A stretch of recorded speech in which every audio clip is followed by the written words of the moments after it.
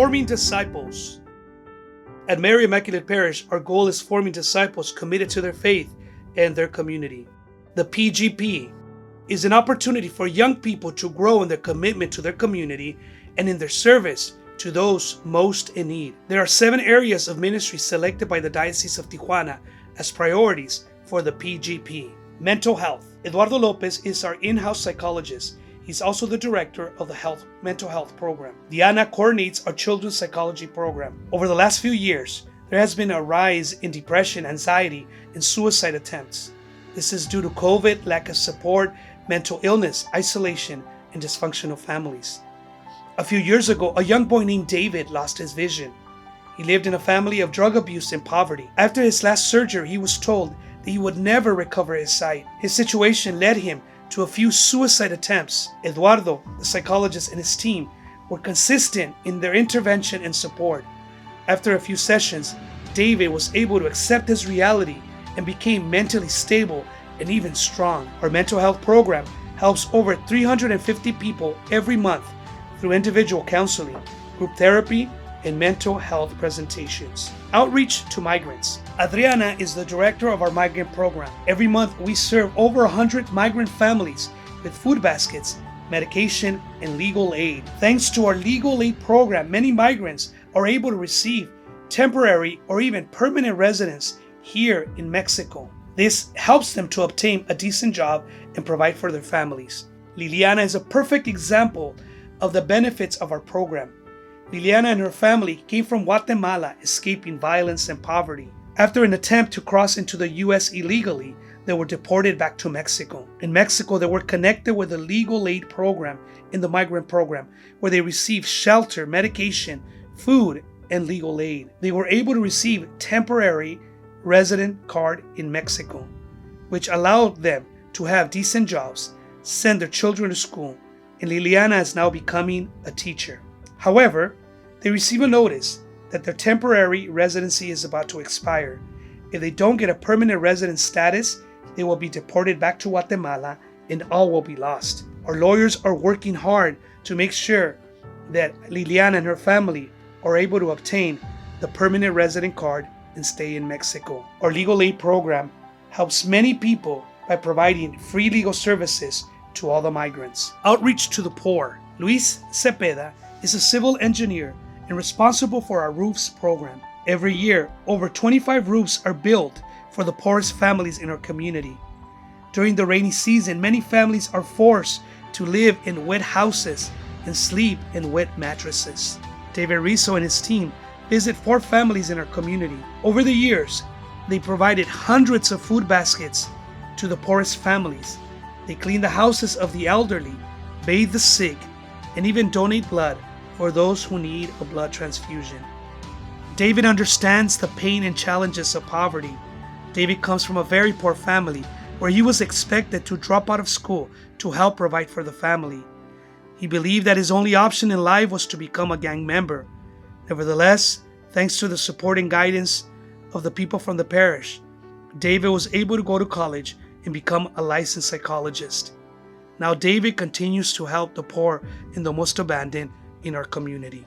Health program. Jocelyn Robledo is the director of our health program.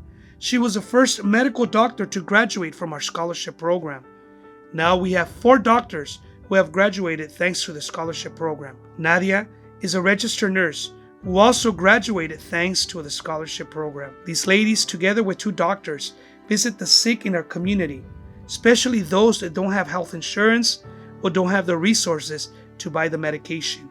Many times, they reach people that are dying in their houses. Every month, they visit over 300 people who desperately need medical attention. Jocelyn one day visited Virginia, who's 73 years old. Virginia was abandoned by her family and lives alone. When she arrived at Virginia's house, Virginia was unconscious and turning purple. Jocelyn called 911 and immediately went to pick up an oxygen tank. She was able to give Virginia the oxygen she needed, and her life was saved. This program is saving the lives of many people. Grief Ministry. Mildred Juarez is a licensed psychologist who directs our Grief Ministry program. Her and Susana Ramirez have a program for those who are grieving due to the loss of a loved one. Such is the story of Alondra Vega. Alondra lost 2 of her siblings, one after the other, and became depressed. She stopped going to church because she was angry at God. Many times she asked God to take her life. She did not want to live anymore. One day, her husband convinced her to go to church. At Mass, they announced the Grief Ministry program. Her husband encouraged Alondra to go to the sessions. At first, Alondra went with a closed heart and with a lot of anger, but soon she was able to receive the healing from Christ and is now going to church again and ready to serve in our community. To those that are excluded, Adriana is the principal of our school for children with special needs. Chesida Angulo is one of the teachers there. Our school was open because one day an Oblate visited a family who had a young boy with Down syndrome tied up with food on the ground. This young boy was treated worse than an animal because the family did not know how to take care of him. Our school for children with special needs gives families the skills necessary to care for their children and gives the children the skills necessary to thrive in their lives. At our program, we have speech therapists, psychologists, social workers, physical education instructor, and many people willing to help the families and the children. We are working in other programs to support those that are excluded in society. Youth Ministry. Luis Herrera is the director of youth ministry and coordinator of the Search Ministry Retreat. Every year we have 4 retreats at our parish. Every retreat, over 300 young men and women attend. Their lives are transformed and they stay and they serve in our community. We have hundreds of young men and women committed to our parish and committed to our community, wanting to be disciples of Christ. Such was the story of Manuel Palafox. Manuel had not attended church in many years. Him and his family stopped going to church. After Manuel left the retreat, he was transformed and became very active in the church. He then invited his mother and father and siblings, and now the entire family are working here at our parish. Arturo coordinates the outreach for the adolescents. Paola Castro is the coordinator of our scholarship program. Yair Langarica is the director of our vocations ministry. Thanks to our vocation ministry program, we currently have 11 young men in seminary with the missionary oblates of Mary Immaculate. Thanks to Serving Hands International, we are able to build disciples in our community committed to their faith and the most abandoned. We are working hard to develop these programs that Mexico in our diocese is asking us to work hard, the PGP. In August, we were blessed to take 27 young adults to World Youth Day in Portugal to have an experience with the Pope and the Universal Church. This was such a powerful experience for our young adults. Many of them had never even been on a plane, and now they were visiting the Vatican in Rome and Portugal with over 1 million young Catholics.